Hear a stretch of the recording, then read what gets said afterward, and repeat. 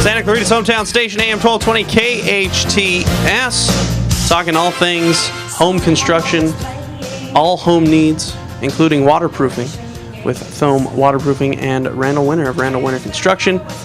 And get right back into it, man. You got the cheat sheet in front of you. We're talking about decks and stuff. Yeah, we were just talking during our break. Ben does some decorative finishes on these decks too. They want them to be not just grays and taupes and whatever. What kind of things have you done, Ben? All different finishes, Randall. The traditional one's been known as a sanded finish, where they broadcast silica sand in the top coat and back roll it. That's more industrial looking, but now technology with the different products available through the manufacturers, we could do decorative tile designs. You can do brick designs. You can do smooth trowel finishes, simulated concrete broom finish.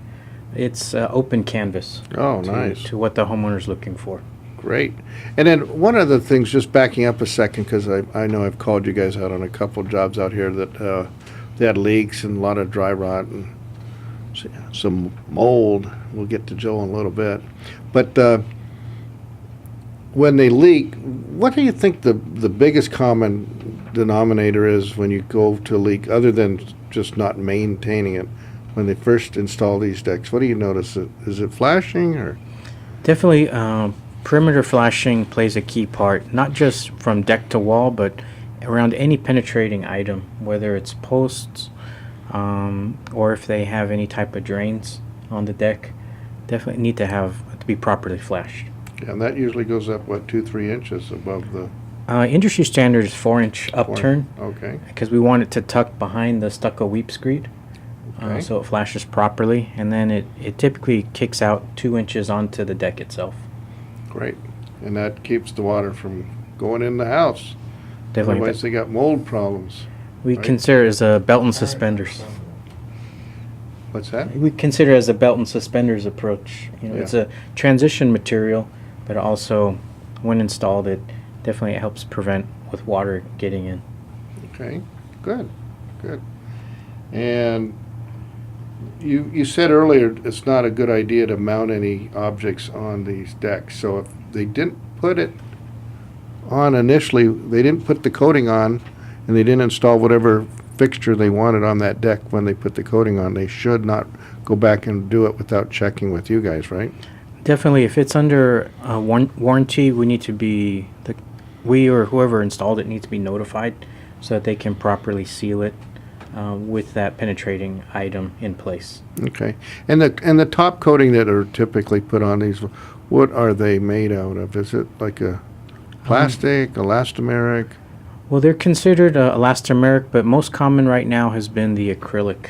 And then we get some offshoots, acrylic epoxy blends, but most common is an acrylic. Okay. Great. And then you talked earlier about the 4 steps or the 6 steps. Is there any one more that you like, or do you feel you have less problems with, or not? Well, I'd say the one I like the best is the finish one, because that means we're done. But the most important of all is, from a standpoint, waterproofing is the first layer, the base coat. Okay. That provides the meat to the system, and how the rest of the system is built. Then you get into your texturing stage, the slip resistant stage, and then the actual final color stage. Great. Which is the top.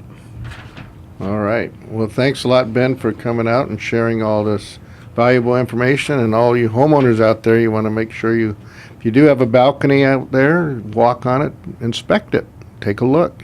Just open your eyes, walk around, and check the furniture if there's any rust spots on it, any cracks, any chips. You might want to give Thome Waterproofing a call and take care of it, right? Definitely. We're out to help in the industry, and we can give a consultation or advice as to what we see, what's on your deck. And thank you for having us, Randall and Kyle.